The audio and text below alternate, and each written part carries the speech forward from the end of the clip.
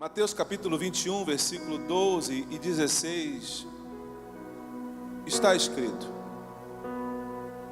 E entrou Jesus no templo de Deus, e expulsou todos os que vendiam e compravam no templo, e derribou as mesas dos cambistas e as cadeiras dos que vendiam pombas, e disse-lhes: Está escrito: a minha casa será chamada casa de oração, mas vós a tendes convertido em covil de ladrões. E foram ter com ele ao templo cegos e coxos, e curou-os. Vendo, pois, então os principais dos sacerdotes, os escribas, as maravilhas que fazia, e os meninos clamando no templo: Hosana ao filho de Davi, indignaram-se e disseram-lhe: Ouves o que estes dizem? E Jesus lhes disse: Sim, nunca lestes? Pela boca dos meninos e das criancinhas de peito tirastes o perfeito louvor? Deus, nesta hora nós queremos te render toda a glória, toda a honra e todo o louvor. E a oportunidade, Senhor, que tu nos dás, esse mecanismo tecnológico, de podermos chegar a tantas casas e a tantos lares, para falar com tantas pessoas, Senhor, e compartilhar a tua palavra e aquilo que está no teu coração. Senhor, visita agora cada família, cada marido, cada esposa, cada filho, filha, os avós. Pai, em nome de Jesus, Senhor, que esta palavra penetre-nos, a cada um de nós, mais fundo, e que ela, Senhor, me convença, e que ela me mude, que ela me molde, que ela me transforme, até que eu esteja, Senhor, e que eu alcance a estatura de varão perfeito. Visita os teus filhos, Pai, e usa-nos nesta noite para alcançar os corações do teu povo, Senhor. O coração do teu povo, Senhor. Em nome de Jesus, Senhor. Amém. Eu quero pensar com você neste texto. E eu de cara, eu já quero dar um tema para esse texto. Não somos casa de veraneio. O tema dessa mensagem é, se eu puder dar um tema para essa mensagem, o tema seria: não somos casa de veraneio. Deixa eu fazer uma introdução aqui rápida, antes de entrarmos no texto. Na época, o santuário, o templo, Israel, ele era dominado pelaquela figura da águia romana. Se você caminhasse por Israel, por Jerusalém, por toda a Palestina, se você caminhasse, você veria ao alto, espalhado por toda a terra, as bandeiras, quais insígnias de uma águia romana, guardada pelos soldados romanos. Mas o templo ele era administrado pelos sacerdotes, que eram subordinados ao imperador romano.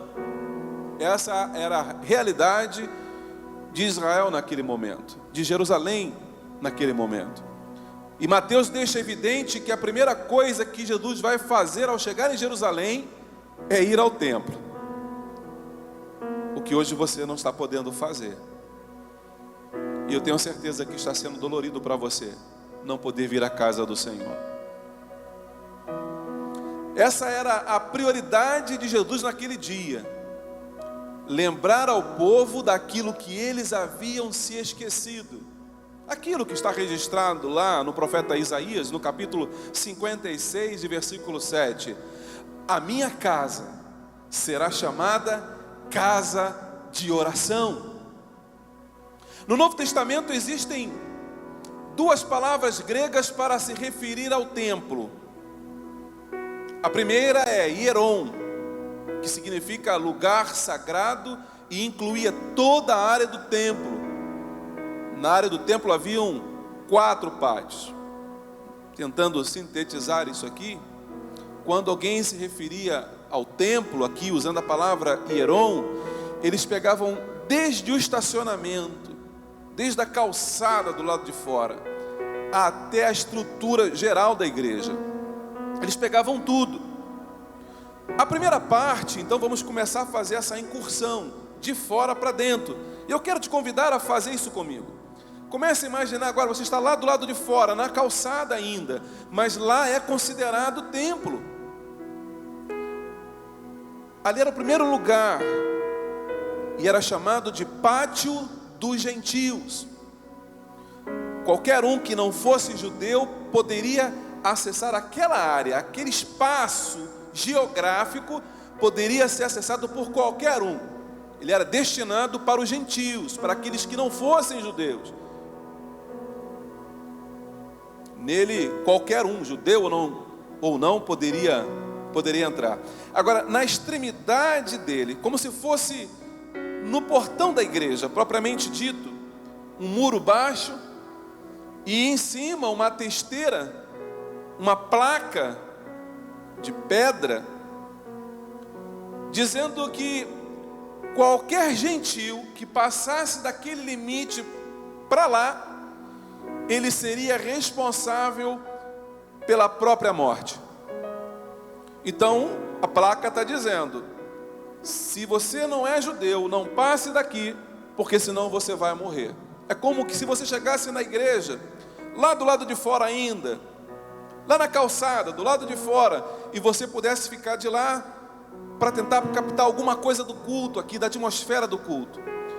E no portão tivesse uma placa dizendo assim: se você não for judeu, não entre, porque se você entrar, você irá morrer. Você será responsável pela sua própria morte. Então, qualquer um em sã consciência, ao chegar na calçada, olharia para a placa e já levaria um baque. Eu não posso entrar, eu estou impedido de entrar, porque se eu passar do portão para dentro, eu vou morrer. Essa era a realidade daquele povo naquela época. Mas mesmo assim, as pessoas estavam lá do lado de fora, na calçada, fazendo fila, porque queriam experimentar pelo menos um pouco dessa atmosfera. Eu tenho certeza que você em casa está vivendo isso também. Mesmo distante aqui do altar, do templo, da casa do Senhor, aí distante você consegue sentir a presença do Espírito Santo. Eu tenho certeza que há lágrimas rolando aí na sala agora. Tem gente sentindo a presença do Senhor, porque somos nós que atraímos a presença do Eterno. Há muitas pessoas que vêm à igreja, à casa do Senhor, estão sentadas às vezes dentro do templo, mas não dão valor para isso, vieram porque não tinha outra coisa para fazer. Certo dia eu estava na igreja e eu passei na hora do louvor, Deus visitando a igreja, um mover sobrenatural. As pessoas choravam, e de repente eu passei por um lugar e eu vi uma jovem com um tablet na mão jogando um joguinho da internet, um Candy Crush. Ela estava presente, mas não sentia a presença. A presença é você que atrai, é você que busca a presença do Senhor. Se você deseja atrair a presença do Senhor, Deus se faz presente aí onde você está agora, nesse presídio onde você está.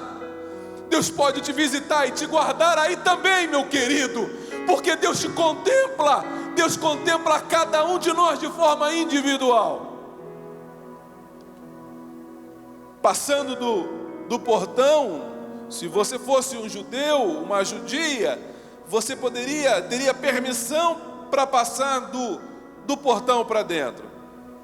E aí existia um outro pátio chamado Pátio das Mulheres. Era como se fosse o estacionamento da igreja. Até ali as mulheres poderiam entrar, mas as mulheres só poderiam entrar no estacionamento se elas tivessem vindo com o propósito de servir ao Senhor, de oferecer um sacrifício. Se elas estivessem trazendo o seu sacrifício, a sua ovelhinha, o seu animalzinho para ofertar, ela poderia entrar Mas se ela não trouxesse nada, ela também estava proibida de entrar. Ela não poderia entrar dentro do pátio das mulheres, mesmo sendo mulher, se não tivesse nada para trazer para o Senhor. O terceiro pátio, então, era conhecido como o pátio dos israelitas, ou pátio dos judeus. Aí é como se eu estivesse me referindo aqui a uma antessala, ao corredor de fora do templo. E ali os judeus poderiam estar. Eles estariam então mais perto do templo, mais perto de onde os sacerdotes vão estar apresentando os pães da proposição. Eles estariam mais perto ali. Nela a congregação se reunia em grandes ocasiões, e a partir dela as ofertas eram entregues pelos fiéis aos próprios sacerdotes. Então, se você era judeu, você poderia entrar, passar por todos os outros pátios e vir entrando. E ali naquele pátio você entregar para o sacerdote a sua oferta. E o quarto pátio era como se fosse uma outra salinha que antes de entrar no templo principal era o pátio dos sacerdotes, aonde todos os sacerdotes, não apenas o sumo sacerdote, mas todos os sacerdotes poderiam entrar. É como se aqui dentro fosse esse pátio dos sacerdotes, e aqui onde eu estou fosse fechado e fosse o lugar santo, o próprio templo, aonde o sacerdote ficava, o sumo sacerdote ficava, o lugar santo, e depois o santíssimo lugar, onde estava a Arca da Aliança. Mais ou menos assim.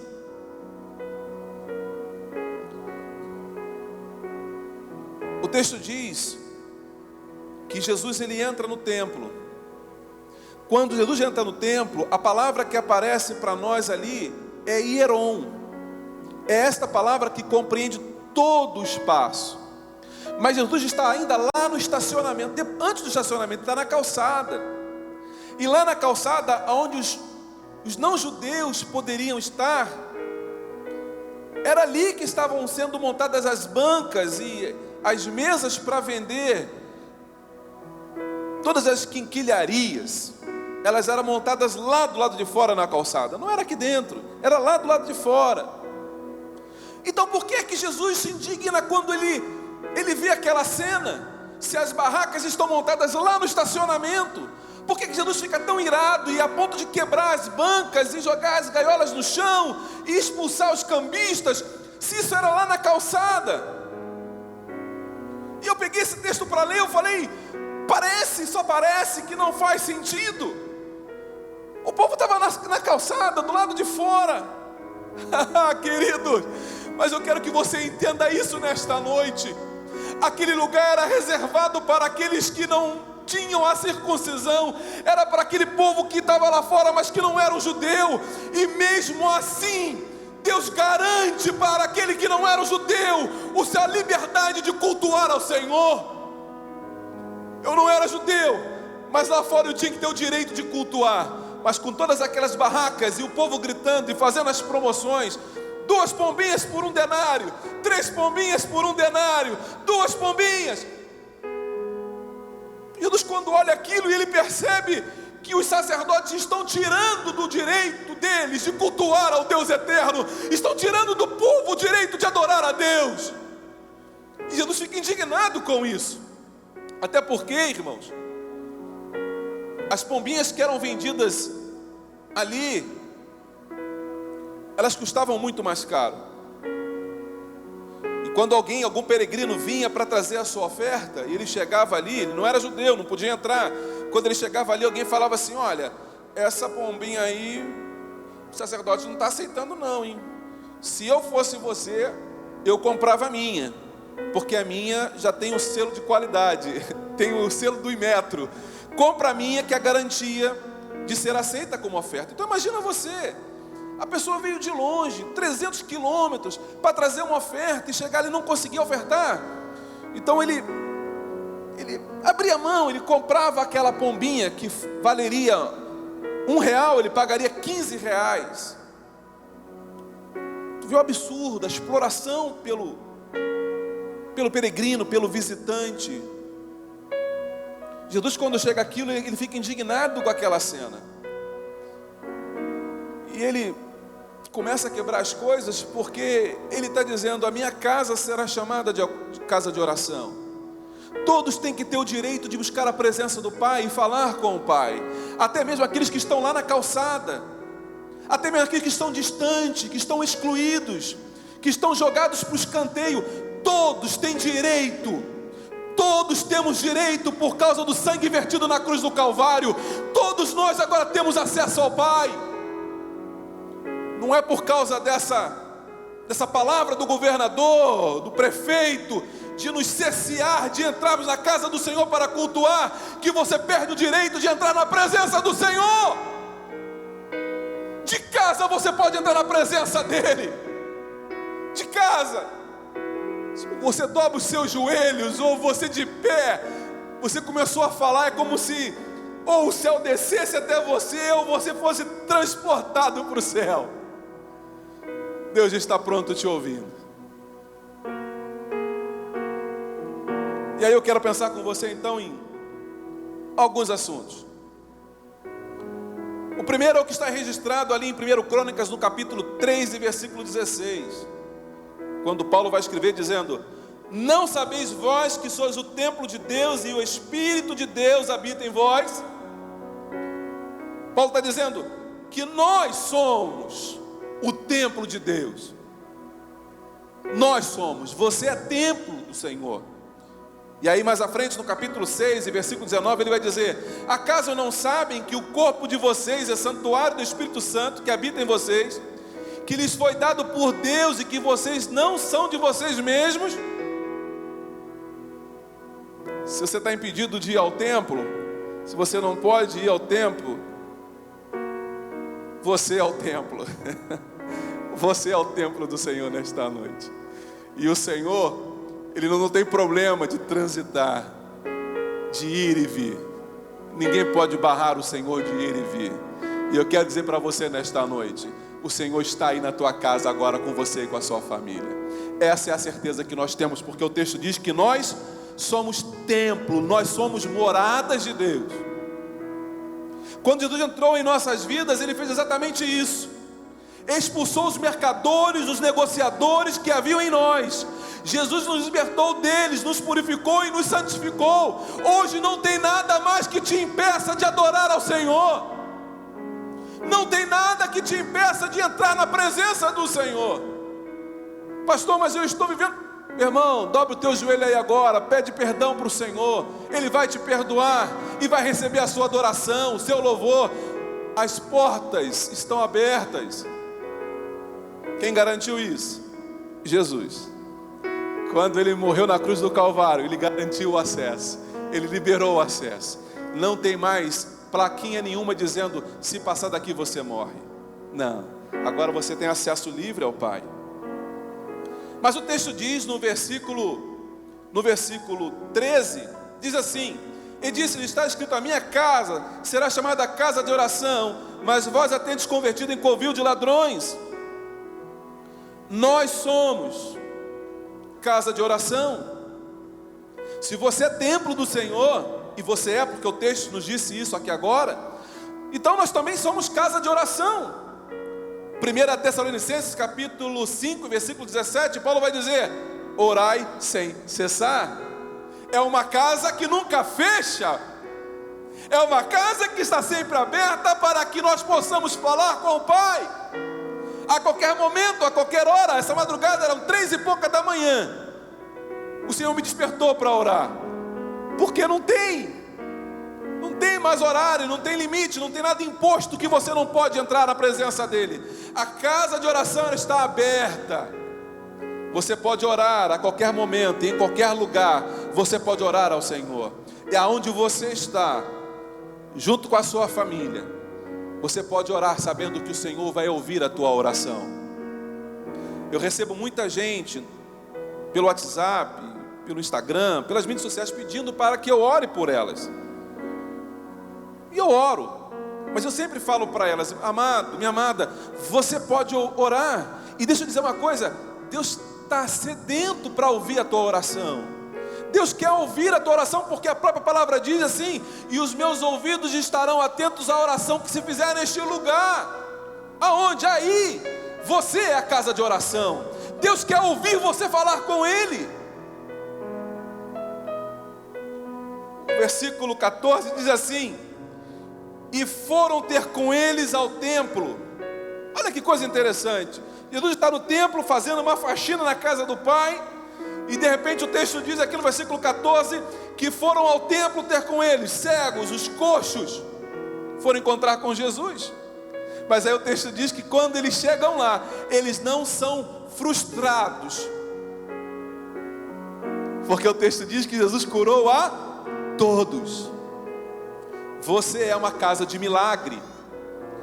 Bota a mão assim no peito, assim, ó, e repete aí comigo: eu sou casa de milagre. Você é casa de milagre. Sabe, nessa hora é você que vai orar pelos seus filhos, pela sua esposa, e eles serão curados. Deixa eu te fazer uma pergunta aí agora. Se por um acaso o teu vizinho tocar na tua campainha agora aí, pé, tim dom, tocou na tua casa aí agora, é o teu vizinho, e aí você vai olhar lá no olho mágico e você vai ver, e é o vizinho, o que eu faço? Abre a porta, mas fica distante. Aí você abre a porta e você fala, meio assustado, pois não. Aí o teu vizinho fala assim para você: eu sei que você é crente, eu sei que você é um servo do Deus vivo, e o meu filho está doente, eu queria tanto que você orasse por ele. Você mora nesse endereço já há 8 anos, há 16 anos, ele nunca te procurou, mas hoje, nesse momento, ele te procura e fala: eu queria que você orasse pelo meu filho. Você vai dizer o que para ele? Eu não vou orar? O que você vai dizer para ele? Eu não vou orar pelo seu filho? Você é a casa de milagre. Em nome de Jesus, tem autoridade do Espírito Santo de Deus. Vá lá, levante um clamor. Você consegue ver Jesus andando, atendendo esses cegos aqui, esses surdos, atendendo como atendeu, por exemplo, os leprosos. Fica daí, ô leproso, daí distante, tá? Eu vou orar daquela, seja curado aí, ó. Jesus vai lá, e Jesus libera uma palavra: você é casa de milagre. Disse-lhe Jesus: venham a mim, todos que estáis cansados e sobrecarregados, e eu darei descanso a vocês. Mateus capítulo 10, versículo 8 vai dizer: por onde forem, pregue esta mensagem: o reino dos céus está próximo. Curem os enfermos, ressuscitem os mortos, purifiquem os leprosos, expulsem os demônios. Vocês receberam de graça, deem de graça também. Vá lá e ore na autoridade do nome de Jesus. Vá lá e atenda. Vá lá e ore. Deixa Deus te usar neste momento. Mas o versículo 15 diz assim: vendo então os principais dos sacerdotes, os escribas, as maravilhas que fazia, e os meninos que adoravam, que cantavam, que clamavam, que jubilavam no templo. O texto está dizendo para mim: primeiro, eu sou templo do Senhor, eu sou casa de Deus. Segundo, eu sou casa de oração. Terceiro, eu sou casa de milagre. E quarto, eu sou casa de adoração. Jesus falou: vocês não viram que os pequeninos estão aqui adorando? Meninos clamando no templo: Hosana ao filho de Davi, Hosana ao filho de Davi. Sabe, essa semana, eu acho que foi ontem, foi anteontem, eu estava em casa e aí vi uma postagem que alguém colocou das pessoas nas janelas cantando aquele hino, Quando Ele Vive. Eu acho que foi em Balneário Camboriú. Eles estavam todos nas janelas, isso aconteceu no Brasil, e começaram, eu tenho certeza que se você viu esse vídeo, você também se emocionou, como eu me emocionei. A cidade cantando na janela: porque Ele vive, aleluia! Nós louvando e bendizendo o nome do Senhor. Deus te chamou para louvar o nome dEle. Eu acho que nós nunca cantamos tanto e com tanto empenho e com tanto fervor como temos feito nesses últimos dias. Deus está nos chamando para isso, para estarmos mais perto dEle, em adoração, em oração, em jejum, na presença do Senhor. Aproveite esse momento. Nós somos casa de adoração. No Salmo 95, versículo 6 diz que somos o perfeito louvor. Eu quero ler com você no Salmo 96. Salmo 96, ele vai dizer uma coisa bem interessante. Eu queria que você guardasse isso. Se você pudesse meditar essa semana nesse texto, faça isso. Salmo 96 diz assim: cantai ao Senhor um cântico novo, cantai ao Senhor todos os moradores da terra. Essa semana eu vi um vídeo também dos judeus cantando lá em Israel. Eles estavam na janela cantando também, um tocando berrante, tocando o chofar, o outro lá cantando. O mundo, o planeta, os moradores da terra estão louvando ao Senhor. No meio da calamidade, no meio da angústia, no meio da tristeza, no meio do desespero, Deus levanta um povo para adorá-lo e para bendizer o nome dEle. Aleluia! Faça isso com toda a tua força, meu querido. Cantai ao Senhor, bendizei o seu nome, anunciai a sua salvação de dia e de noite, anunciai entre as nações a sua glória, entre todos os povos as suas maravilhas, porque grande é o Senhor e digno de louvor, mais tremendo do que todos os deuses. Aleluia! Porque todos os deuses dos povos são coisas vãs, mas o Senhor fez os céus. Glória e majestade estão ante a tua face, força e formosura no teu santo templo. Dai ao Senhor, ó famílias dos povos. Esse texto nunca foi tão atual. É um texto para a família. Você em casa e com a sua família, comece a bendizer o nome do Senhor, porque Deus vai te batizar com o Espírito Santo em casa.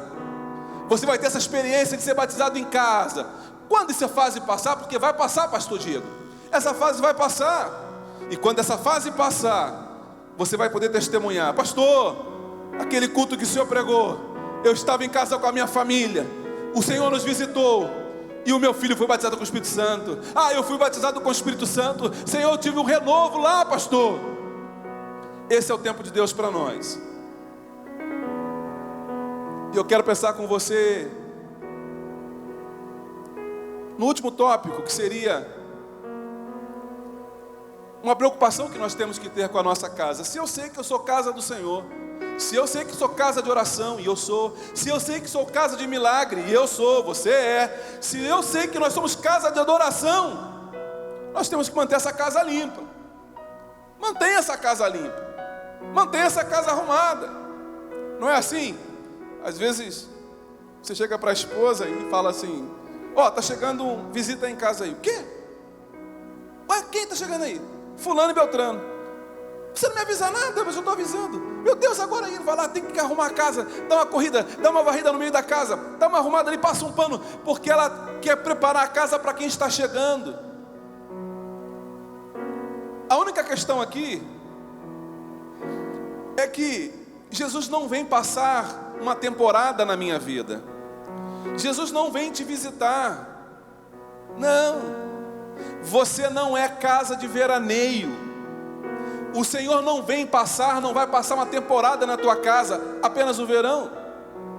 Você, agora de dezembro até esse período agora de início de março, você vai no Jurerê, ele está lotado, as casas estão cheias.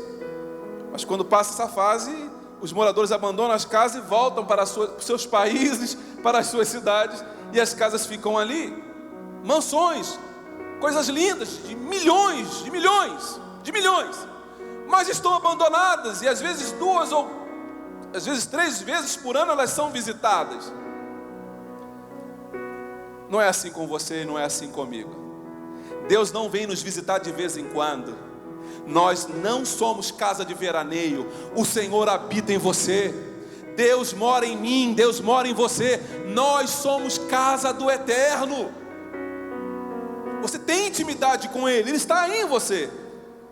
Josué no capítulo 3, versículo 5, Disse Josué também ao seu povo: santificai-vos, porque amanhã o Senhor fará maravilha no meio de vós. Santificai-vos, mantenha a casa limpa, mantenha a casa arrumada. 2 Coríntios capítulo 7, versículo 1 diz: amados, visto que temos essa promessa, purifiquemo-nos de tudo que contamina o corpo e o espírito, aperfeiçoando a santidade no temor de Deus. Se você sabe quem mora aí é santo, comece a santificar essa casa, comece a limpar essa casa. Mateus no capítulo 12, versículo 43 ao 45, Jesus diz que quando o espírito imundo tem saído do homem, depois de um tempo ele volta e diz: voltarei à minha casa de onde saí, e achando a casa desocupada, varrida e adornada, trará mais 7 moradores, 7 espíritos piores do que ele, e são os últimos atos desse homem piores do que os primeiros. A casa está limpa e arrumada, mas está vazia. Tem muita gente que está arrumadinho, mas Jesus não está dentro dela. São pessoas que têm, assim como Nicodemos, que procuram fazer as coisas direito, não rouba, não mata, não mente, não dá calote em ninguém, não adultera, não se prostitui. A casa está limpa, mas Jesus ainda não entrou para morar dentro dela. E hoje aqui eu quero fazer um convite para você, porque esta palavra também é para você. Hoje você vai convidar ao Senhor Jesus para entrar na sua casa e para Ele fazer morada na sua casa. Quando Jesus voltar, como Ele achará a sua casa? Como você vai estar? 1 Tessalonicenses capítulo 5, versículo 23 diz assim: e o mesmo Deus de paz vos santifique em tudo, e todo o vosso espírito e alma e corpo sejam plenamente conservados, irrepreensíveis para a vinda do nosso Senhor Jesus Cristo. Porque Ele está vindo. Jesus está voltando para buscar a sua igreja. A mulher queria a sua dracma perdida, mas para isso ela precisou varrer a casa toda. Com a casa limpa, o milagre acontece. Com a casa limpa, o recurso nos é entregue.